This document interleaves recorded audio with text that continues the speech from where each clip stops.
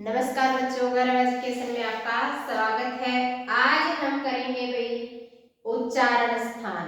जो हमने पिछले वीडियो में स्वर और व्यंजन किए थे उनको कहाँ कहाँ से बोला जाता है, मुख का कौन सा हिस्सा है जिससे हम स्वर और व्यंजन का उच्चारण करते हैं।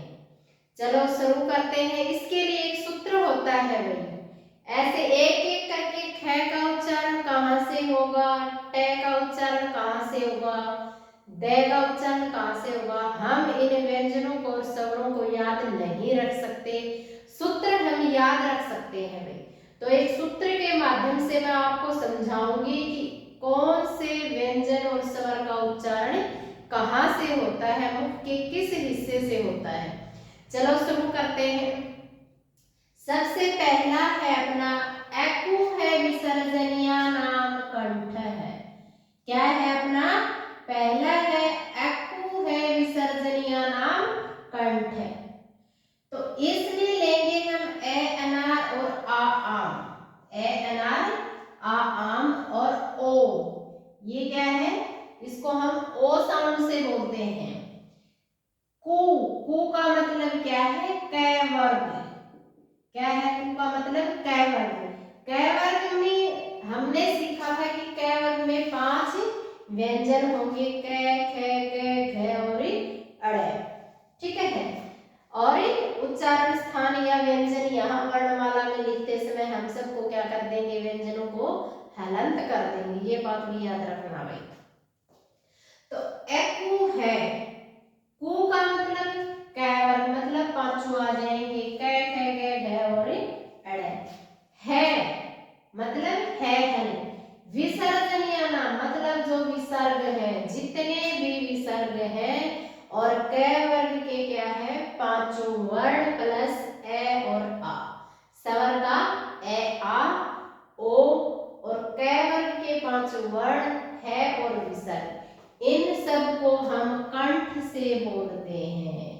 क्या है, इन सब को हम गले से बोलते हैं, कंठ से बोलते हैं। किस किस को, एकु है, ए और आ, और कु, कु मतलब कै वर्ग, और है और विसर्ग, इन सब का उच्चारण स्थान कंठ से होगा भाई। एकु है विसर्जनीय नाम कंठ।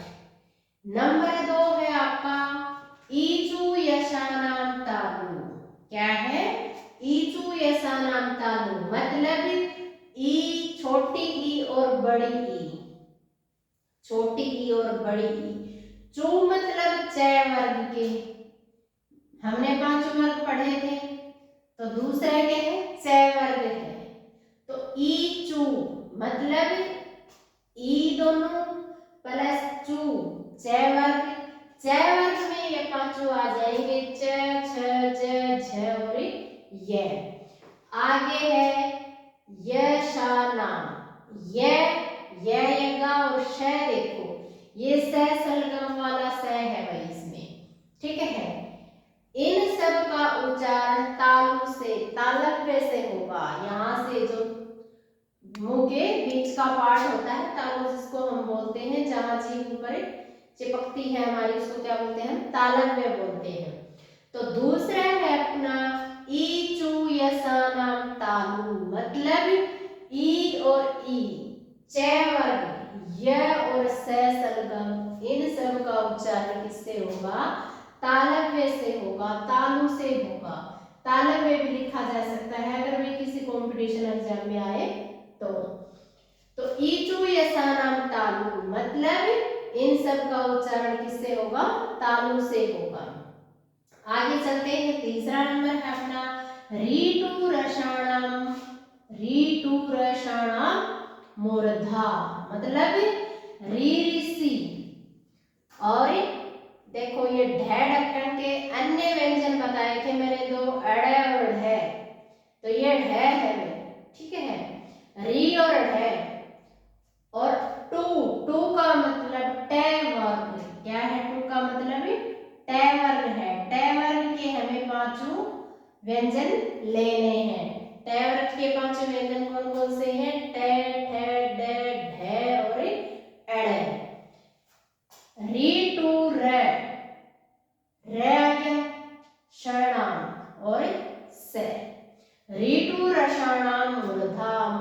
मूर्धन्य है इसका उच्चारण स्थान में मूर्धा से बोला जाता है।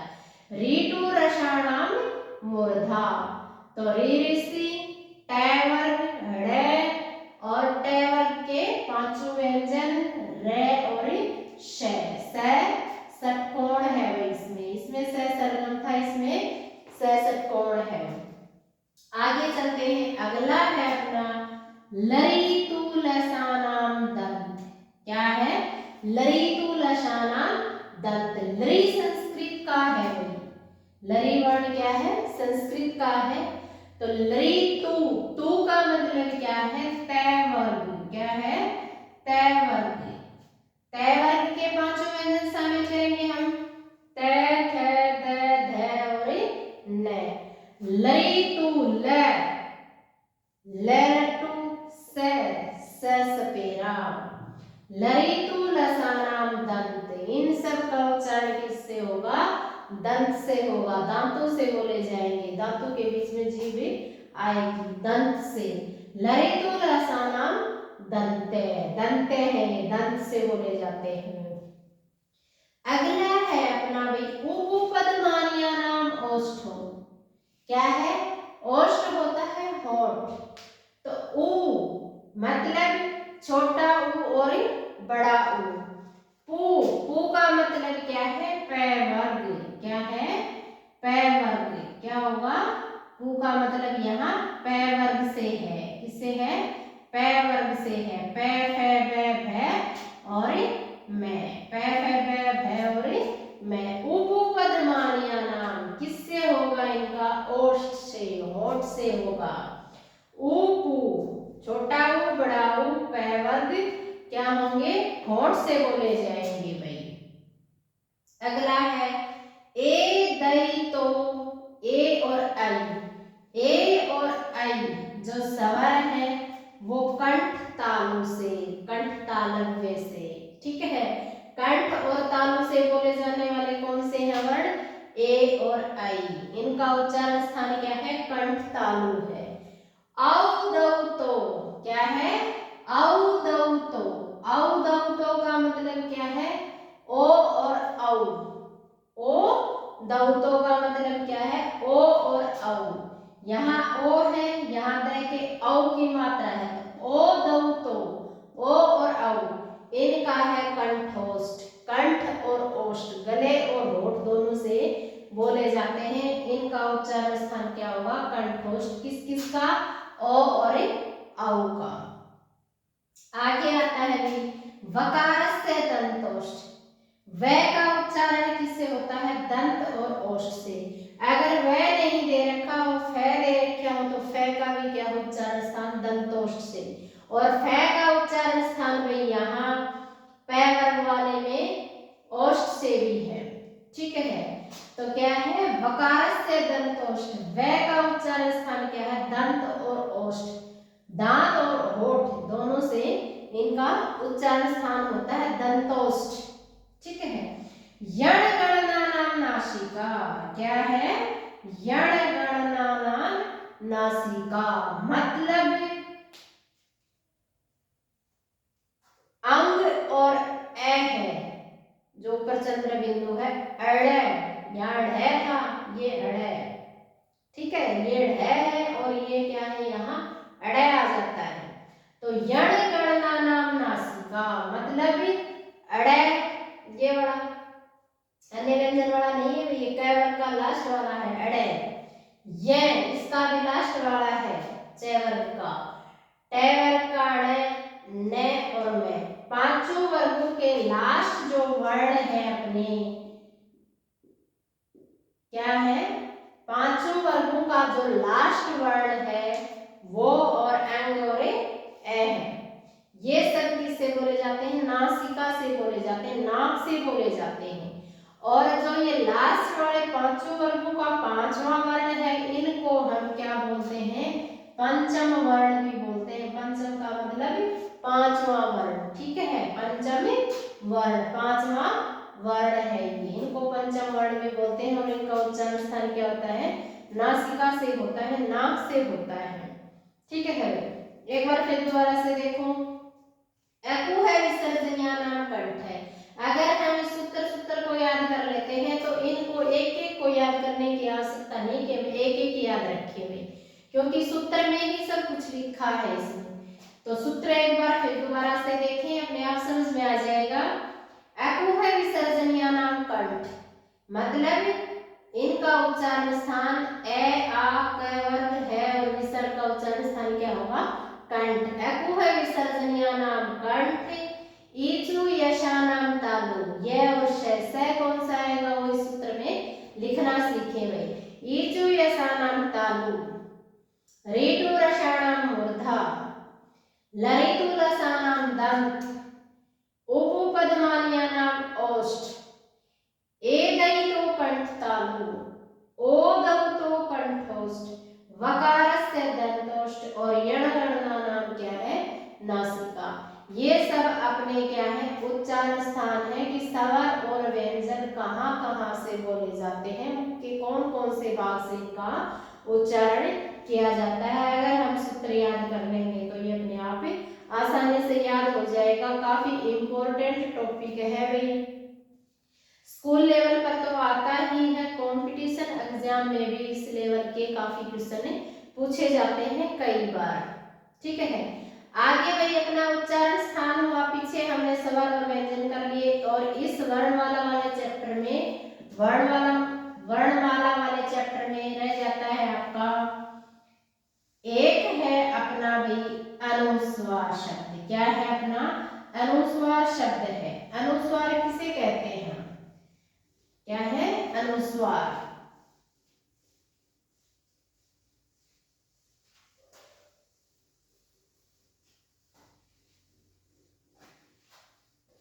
किसी भी शब्द के ऊपर एक बिंदु लिखा मिलता है हमें, ऐसे किसी शब्द के ऊपर हमने बिंदु लगा दिया, ये चीज क्या है? ये अनुस्वार है। क्या है ये? अनुस्वार है। अनुस्वार किसे कहते हैं हम? जिन वर्णों के उच्चारण में क्या है? जिन वर्णों के उच्चारण में हमें क्या है? उच्चारण करते समय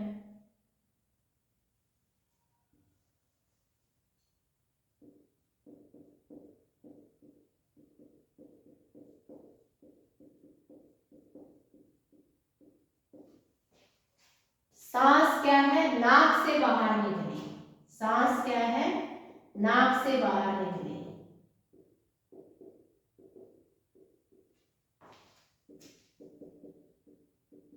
कहने का मतलब क्या है?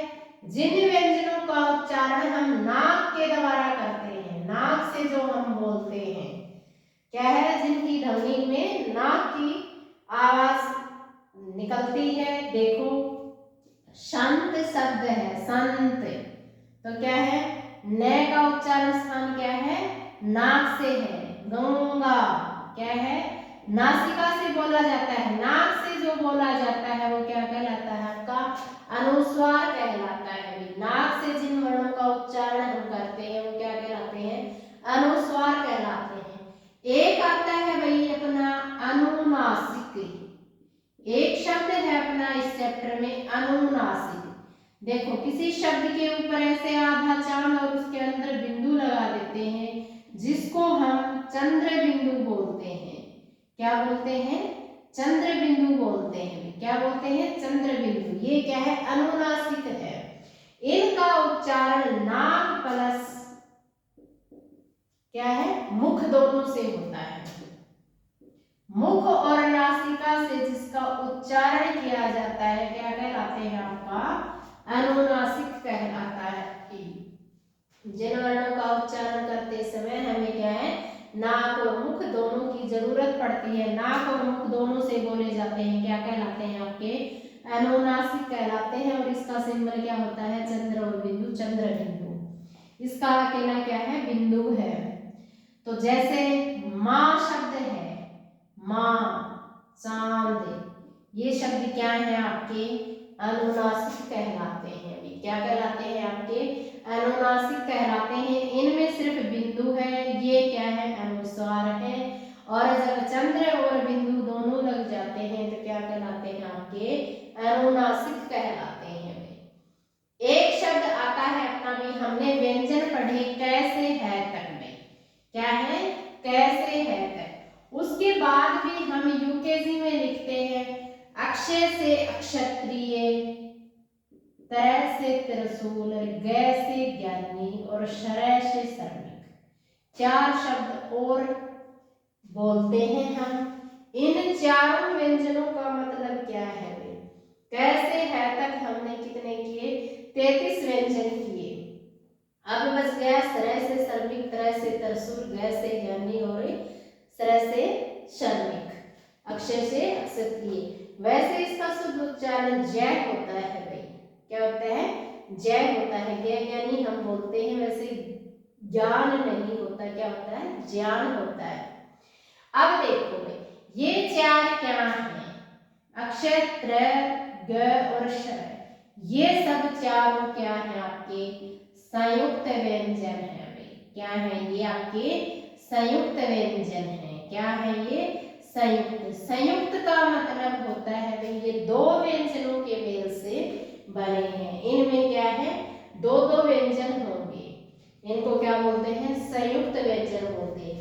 अब इनमें 2-2 व्यंजन कौन कौन से हैं? अक्षय में है आपका कै जमा श। देखो कै हलंत, श हलंत।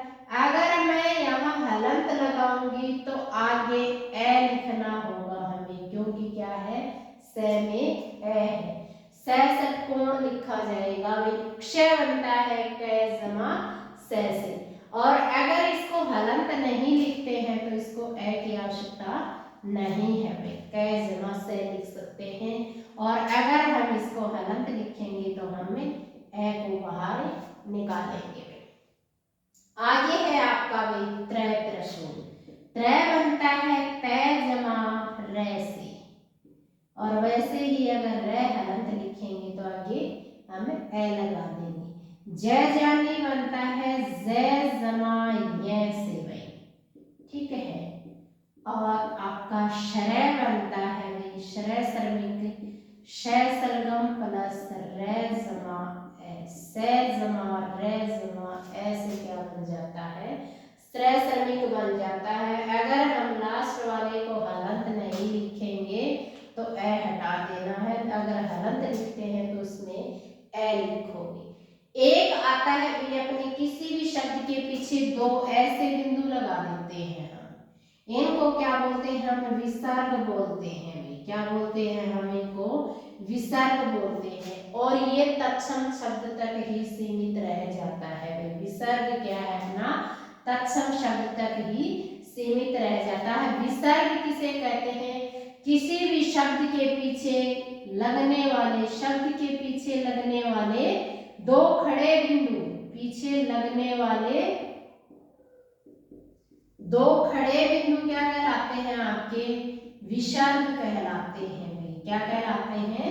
विसर्ग कहलाते हैं। किसी भी शब्द के पीछे अगर 2 खड़े बिंदु हैं तो वो क्या कहलाते हैं? विसर्ग कहलाते हैं। इनका ज्यादातर प्रयोग क्या होता है? संस्कृत में होता है। जैसे अतः है, परातः शब्द है अपने, इनके पीछे क्या है? विसर्ग लिखते हैं हम। ये 2 खड़े बिंदु लगाते हैं और इनका क्या है? ध्वनि इनका क्या है? उच्चारण है ध्वनि से इनका क्या किया जाता है? उच्चारण किया जाता है। इनको बोलते हैं अतः, परातः है हलंत ध्वनि से क्या किया जाता है? इनका उच्चारण किया जाता है। और 2 खड़े बिंदु हैं, इनको क्या बोलते हैं? हमें विसर्ग बोलते हैं भाई। क्या बोलते हैं? हम इनको विसर्ग बोलते हैं। और अतः, परातः मतलब है ध्वनि से इनका क्या किया जाता है? उच्चारण किया जाता है। आगे चलते हैं भाई, अगला है अपना एक शब्द और है अपना, जैसे हमने संयुक्त व्यंजन पढ़ा ऐसे ही एक शब्द है अपना द्वित्व व्यंजन। क्या है? द्वित्व व्यंजन। द्वित्व का मतलब, द्वि का मतलब क्या होता है? 2 होता है। द्वि का मतलब क्या होता है? 2 होता है। द्वित्व, द्वित्व व्यंजन। द्वि का मतलब 2। जब 2 समान व्यंजन, जब दो समान व्यंजन क्या होते हैं? जब 2 समान व्यंजनों का क्या है? एक साथ प्रयोग होता है, जब दो समान व्यंजनों का क्या है, एक साथ प्रयोग होता है, क्या कहलाते हैं, द्वित्व व्यंजन कहलाते हैं। द्वित्व का मतलब दो, जब दो समान व्यंजन एक साथ प्रयोग होते हैं, क्या कहलाते हैं, आपके द्वित्व व्यंजन कहलाते हैं। जैसे लड्डू शब्द है, देखो भाई लड्डू शब्द है, ये क्या है, डे और डे, दो समान व्यंजन है और इनका एक साथ प्रयोग हुआ है, तो क्या कहलाएंगे, ये द्वित्व व्यंजन कहलाते हैं। पत्ता शब्द है, तैता, एक ही व्यंजन दो बार समान व्यंजन है, क्या है, आपके द्वित्व व्यंजन कहलाते हैं। पन्ना है, ये शब्द क्या है, आपके द्वित्व व्यंजन में आते हैं। आगे भाई हम व्यंजनों का कि कौन कौन से व्यंजन स घोष हैं, कौन से अ घोष हैं, इनका उच्चारण स्थान कहाँ कहाँ से होता है, कैसे स घोष को शामिल किया गया, कहाँ है घोष को शामिल किया गया, इन सब के बारे में हमें अल्प प्राण है, महाप्राण है, व्यंजन कौन कौन से, इन सब का जिक्र हम अगले वीडियो में करेंगे। उम्मीद करती हूँ कि अच्छे से उच्चारण स्थान समझ में आए होंगे। धन्यवाद।